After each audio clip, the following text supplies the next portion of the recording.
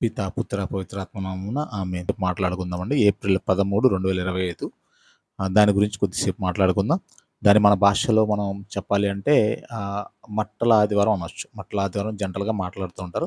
ఈ యొక్క వాక్యం గురించి కొంచెం చదువుకుందాం ఒకసారి. లూకా సువార్త 19వ అధ్యాయము 28వ వచనం నుంచి. యేసు ఈ మాటలు చెప్పి యెరూషలేమునకు వారికంటే ముందుగా పయనించెను.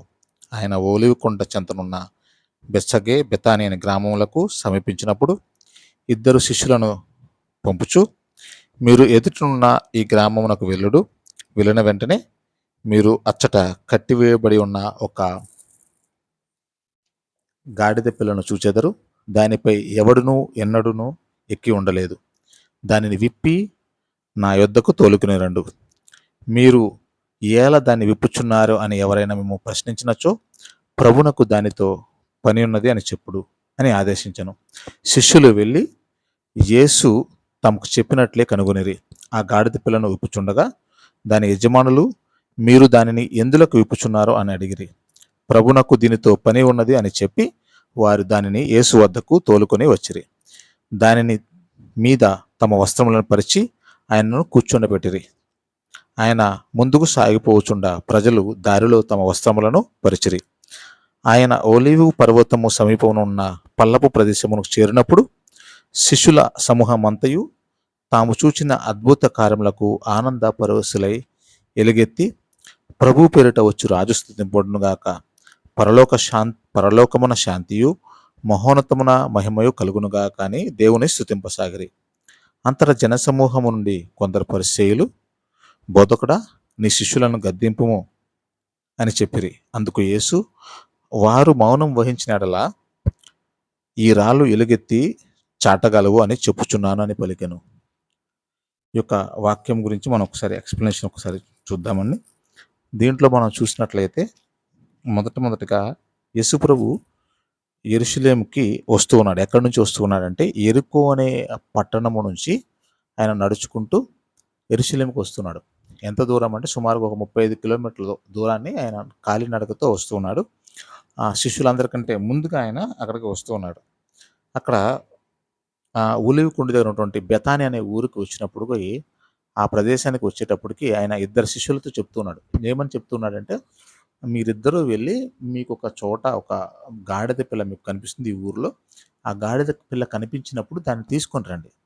దాన్ని తీసుకొని దాని కట్లు విప్పి నా దగ్గర తీసుకొని రండి అన్నాడు. అప్పుడు అక్కడ ఎవరైనా వచ్చి మిమ్మల్ని పలకరించి అడిగి ఈ గాడిద పిల్లను ఎందుకు తీసుకొని వస్తూ ఉన్నారు అంటే, అప్పుడు మీరు సమాధానం చెప్పండి. ఏమైనా సమాధానం చెప్పాలి అంటే, ఇదిగో దీనితో ప్రభుకు పని ఉన్నది, అందుకే దీన్ని తీసుకొని వస్తూ ఉన్నాం. ఆ విధంగా అన్నప్పుడు వీరు కూడా శిష్యులు కూడా వెళ్ళి దాన్ని కోసం వెళ్తూ ఉన్నారు. ఒక గాడిద పిల్లని చూస్తూ ఉన్నారు. ఆ గాడిద పిల్లని తీసుకొని వస్తున్నప్పుడు అతను అడుగుతూ ఉన్నాడు. దాన్ని తీసుకొని వస్తూ ఉన్నారు.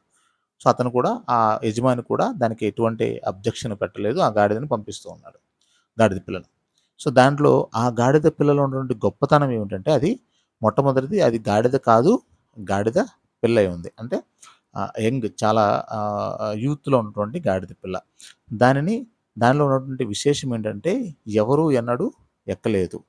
తర్వాత దాని మీద యేసు ప్రభుని వీళ్ళందరూ కూడా వస్త్రాలు పరిచి కూర్చొని పెడుతూ ఉన్నారు. సో దీనిలో మనం గ్రహించవలసిన విషయం ఏంటంటే, ఈ గాడిద పిల్లను సూచిస్తుంది. యేసు ప్రభును మోసినటువంటి గాడిద పిల్ల. అంటే ఆయన రాజుగా ఉన్నప్పుడు ఆ స్థితిని ఆ గాడిద పిల్ల మోస్తూ ఉంది. ఆ గాడిద మోస్తూ ఉంది యేసు ప్రభుని. సో ఈ రోజు కూడా ప్రభు దీని నుంచి మనల్ని అడిగేది ఏమిటంటే, నువ్వు దేనిని మోయడానికి సిద్ధంగా ఉన్నావు?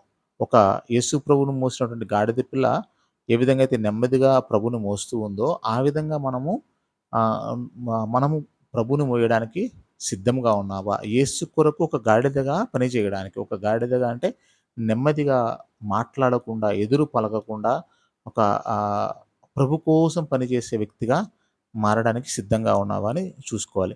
అయితే ఇప్పటి వరకు కూడా ఆ గాడిదకి ఎటువంటి ఇంపార్టెన్స్ అనేది లేదు. ఎవరు కూడా దాన్ని పట్టించుకోలేదు.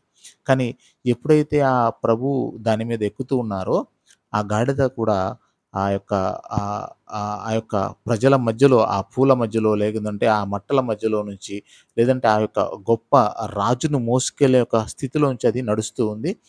దాని ముందు అది నడుస్తున్నటువంటి ప్రదేశంలో అక్కడ ఉన్నటువంటి వాళ్ళ యొక్క వస్త్రాలను, కొత్త కొత్త వస్త్రాలను, లేదంటే వాళ్ళు ధరించినటువంటి వస్త్రాలను తీసి వారు దానికి దారిగా వేస్తూ ఉన్నారు. ఆ దారిలో యేసుప్రభుని మోసుకుంటూ ఆ గాడిద నడుస్తూ ఉంది. నడుస్తూ ఉంటూ ఆ గాడిద ఆ యొక్క యెరూషలేమునకు వస్తుంది. అంటే ఒక ఊరేగింపుగా, ఒక గొప్ప రాజుగా వస్తుంది. అంటే యేసుప్రభుని మోసుకొని ఆ యొక్క గాడిద పిల్ల వస్తూ ఉంది.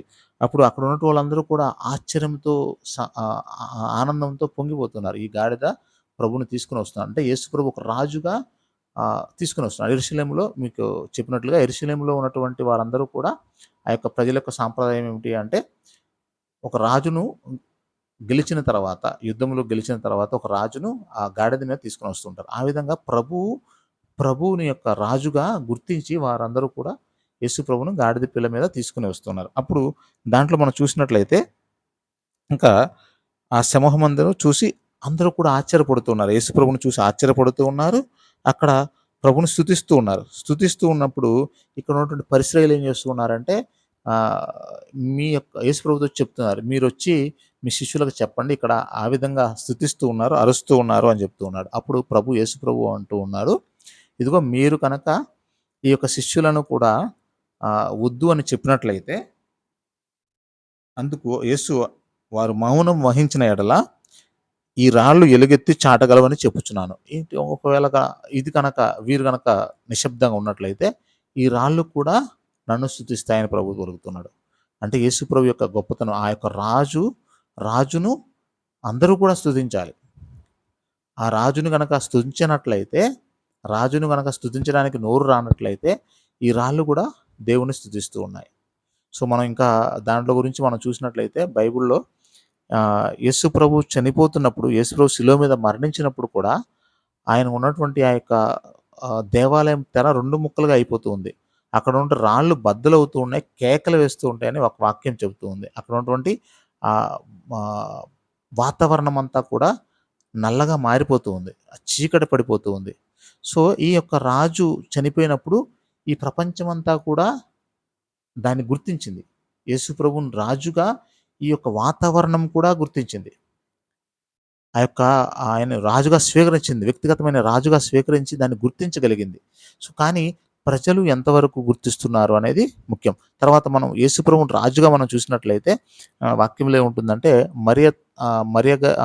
మరియ తల్లిని దేవదూత కనిపించినప్పుడు ఆయన చెప్తూ ఉన్నాడు, ఆయన రాజ్యమునకు అంతమే ఉండదు. అంటే యేసుప్రభు రాజ్యానికి అంతము లేనటువంటి రాజ్యం. ఎప్పుడూ కూడా ఉన్నటువంటి రాజ్యం యేసుప్రభు రాజ్యం. ఎప్పటి వరకు అంటే ఈ భూమి ఉన్నంత వరకు కూడా, ఈ ప్రపంచం ఉన్నంత వరకు కూడా ఉండేటువంటి రాజ్యం యేసుప్రభు రాజ్యం. ఈ ప్రపంచం అయిపోయిన తర్వాత కూడా ఉండే రాజ్యం యేసుప్రభు రాజ్యం. అంటే ఈయన రాజ్యమునకు అంతమే ఉండదనమాట. అంటే ఈ పరలోకము కూడా ఆయనకు సంబంధించింది.